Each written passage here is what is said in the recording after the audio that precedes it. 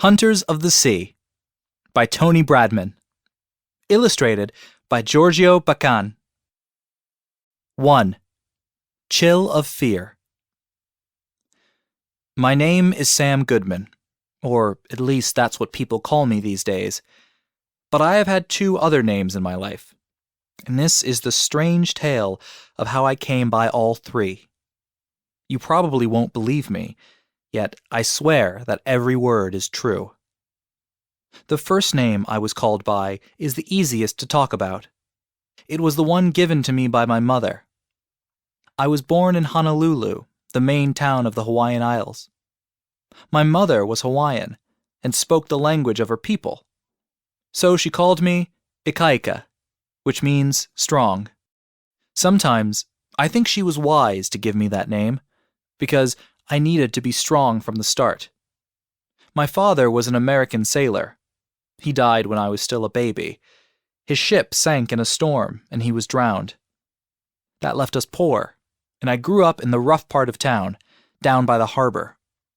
We lived in a shack made from the driftwood that my mother collected on the beach, but she made it into a home. The years went by, and we survived.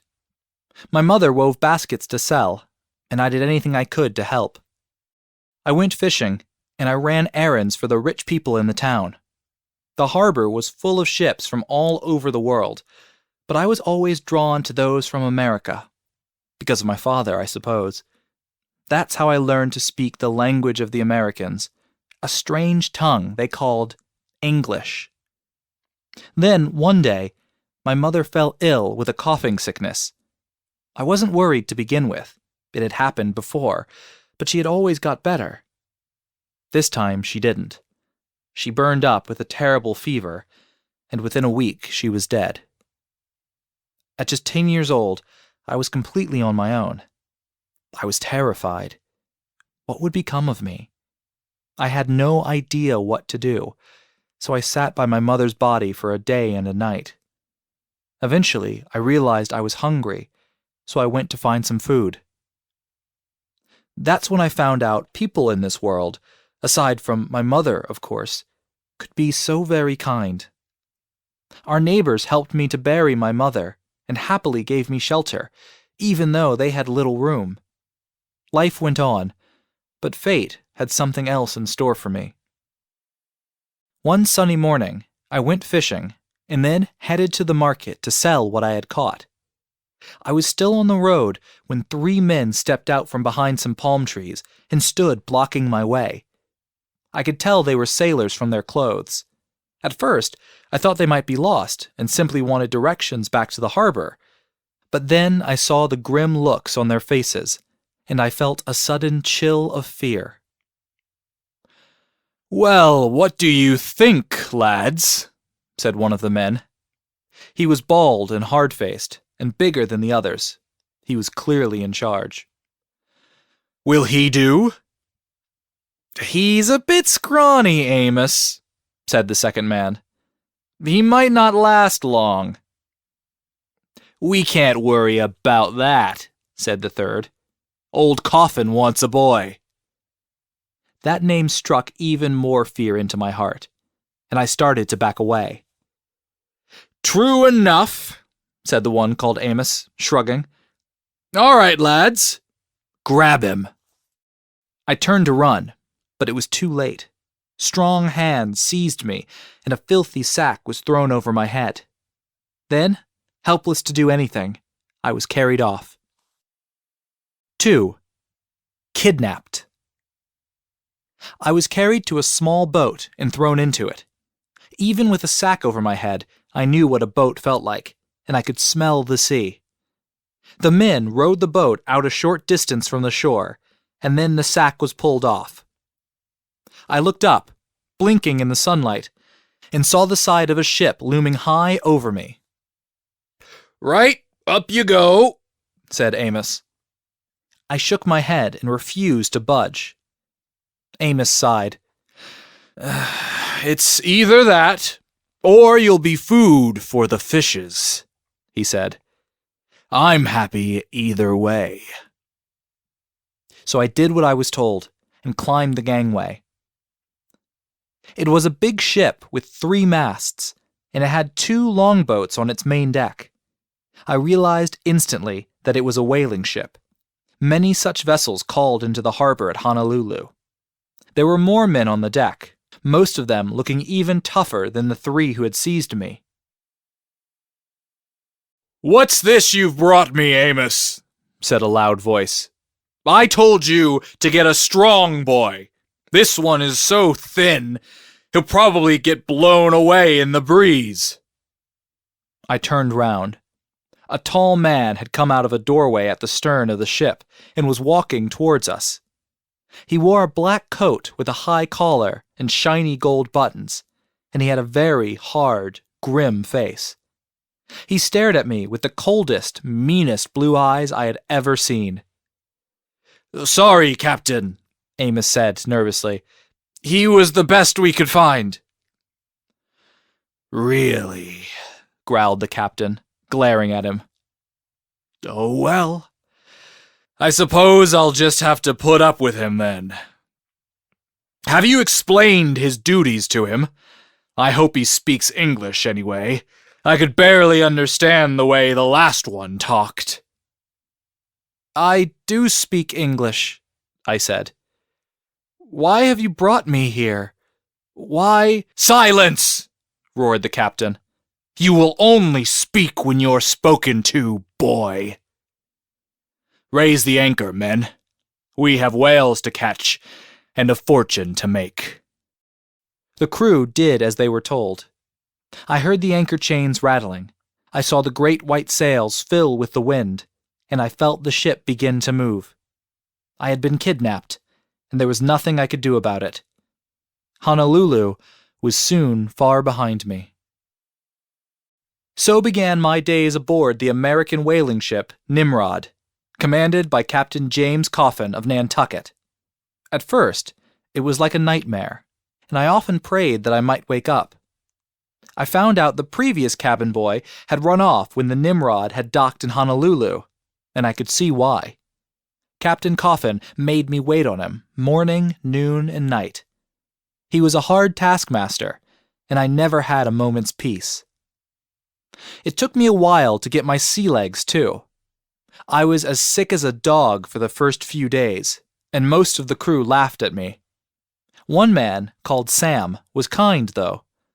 He was older than the rest, and was even brave enough to talk back to Captain Coffin sometimes.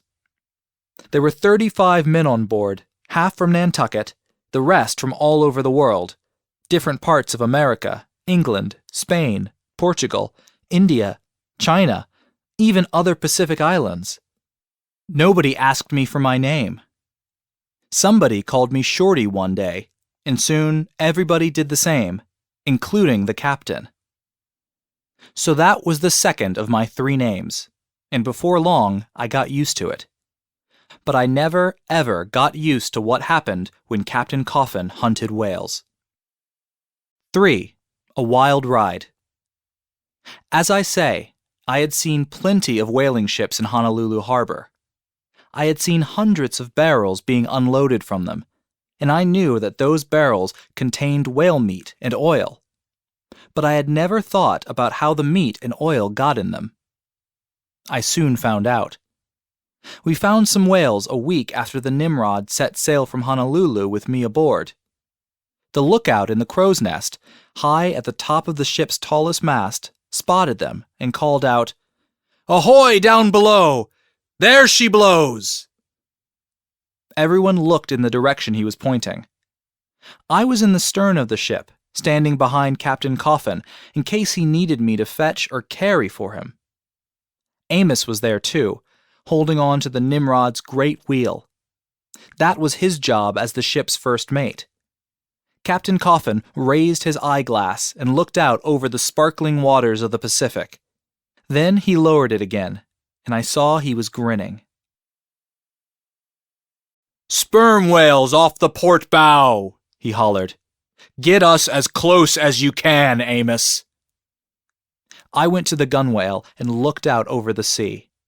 I could hardly believe my eyes. 3 enormous creatures swam in the blue sea just ahead of the Nimrod. They blew huge spouts of water from small holes in their heads and smacked the water with their gigantic tails. As I watched, one slowly rolled onto its side and stared at me with a colossal eye that seemed to look deep into my soul. I had never seen anything so amazing or so beautiful. And then, over the next few hours, I saw the exact opposite, something that utterly sickened me. The longboats were launched and half a dozen men climbed down into each of them. Then, the true chase began. The men rowing as fast as they could, Captain Coffin standing in the bow of one boat, holding a harpoon, and Amos doing the same in the other. I had to look away when they threw their harpoons into the whales, the barbed blades digging into their flesh. The whales dived to try and shake them off, but each harpoon had a long rope tied to its end. The whales dragged the longboats across the sea on a wild ride. Eventually, the whales slowed down, seeming to give up and die. Then came the worst part. The bodies were tied to the Nimrod, and we towed them to a nearby island. There, they were dragged onto the beach, and the crew set to work cutting them up. Within a few hours, the men had filled a great number of barrels with meat and oil, leaving just the enormous skeletons of those beautiful creatures. It was the saddest thing I had ever seen. I could feel tears rolling down my cheeks as my stomach churned with the awful stench. Sam explained that whales were worth lots of money, but only when they were dead. People liked eating whale meat, and they used the oil in lamps.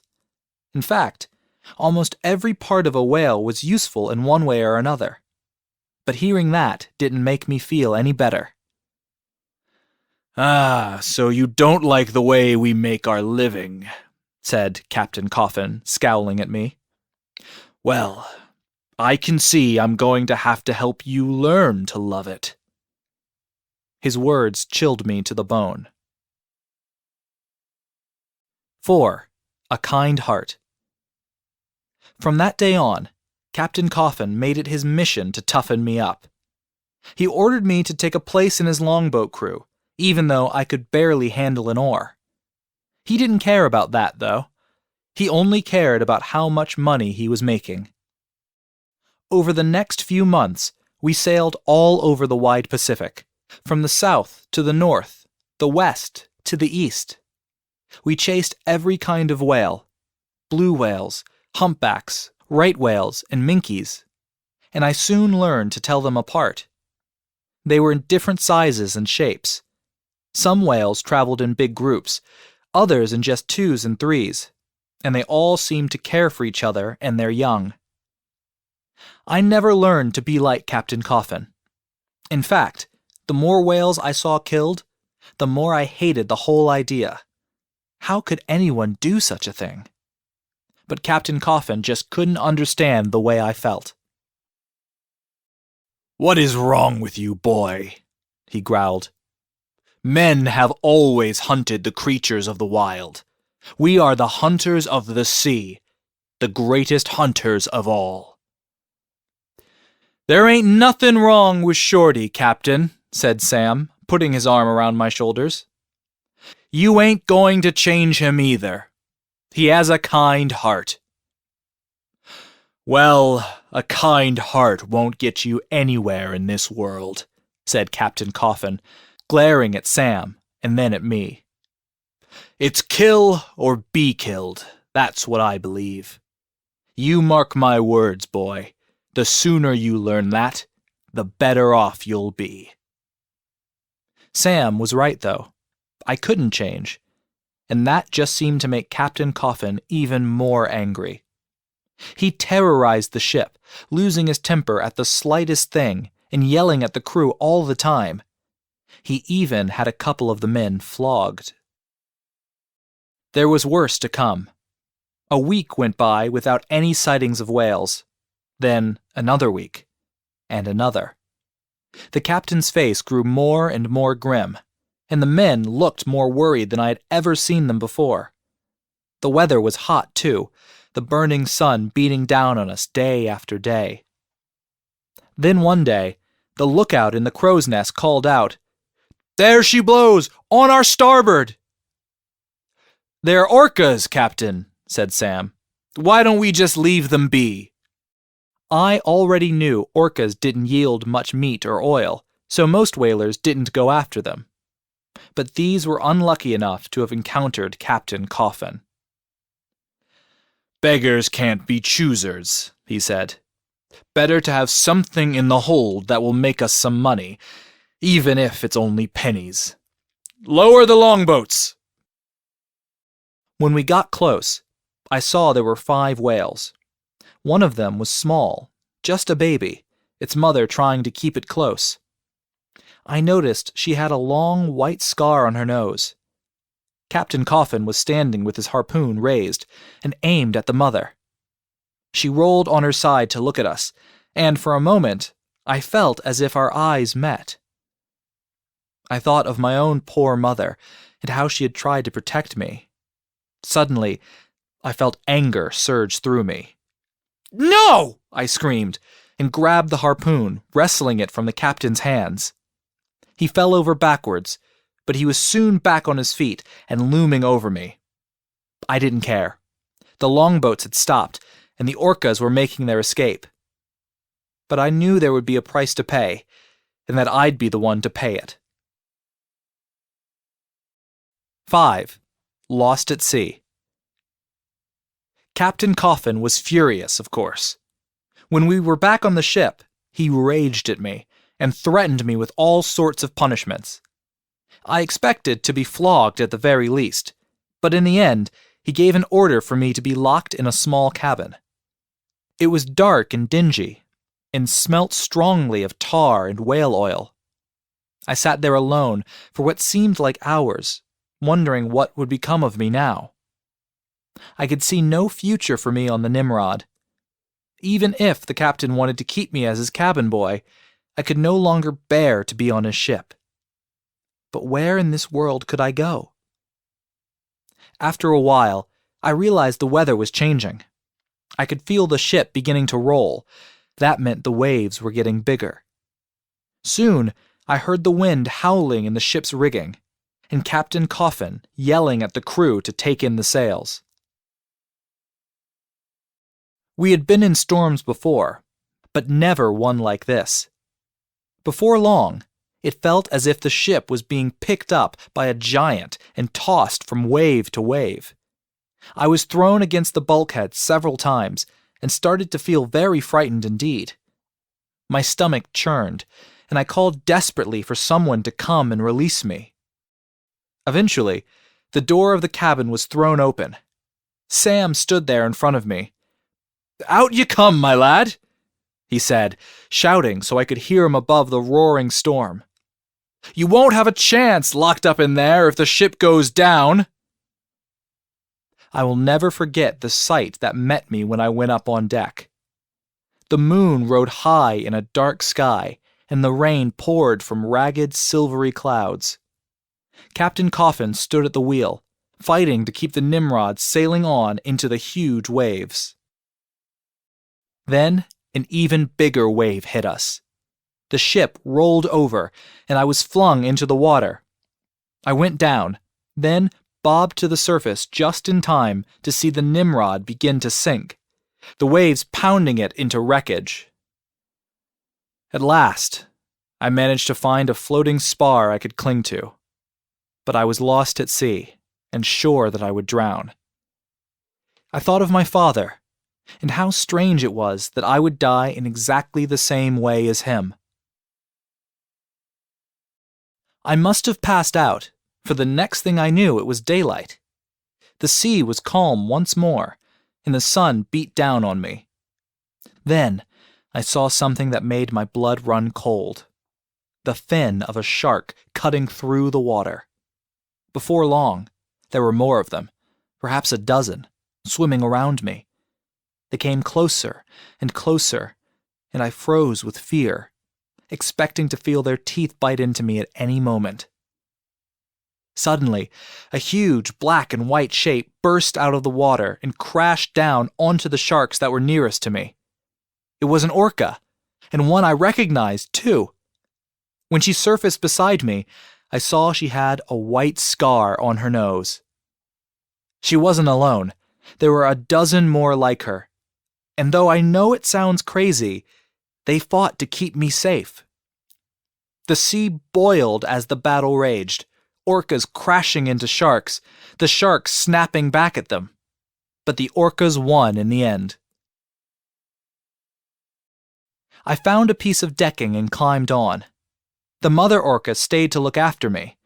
It seemed that the rest of the crew had gone down with the ship, and I shed some tears for Sam. I'm not sure how long I was in the water, perhaps a day and a night. And then, by some miracle, a ship appeared on the horizon. It was a trading ship out of New England, and the sailors hauled me aboard. The mother orca followed the ship for a while. I watched her from the stern. Then, another 4 orcas joined her, including the little one. At last, they flipped their tails and were gone. There isn't much more of my story to tell. The trading ship brought me to America, where I stayed. I live on Cape Cod, and I'm a fisherman. I called myself Sam, in memory of my friend on the Nimrod, and everyone says I'm a good man. So, that's my 3rd name, Sam Goodman.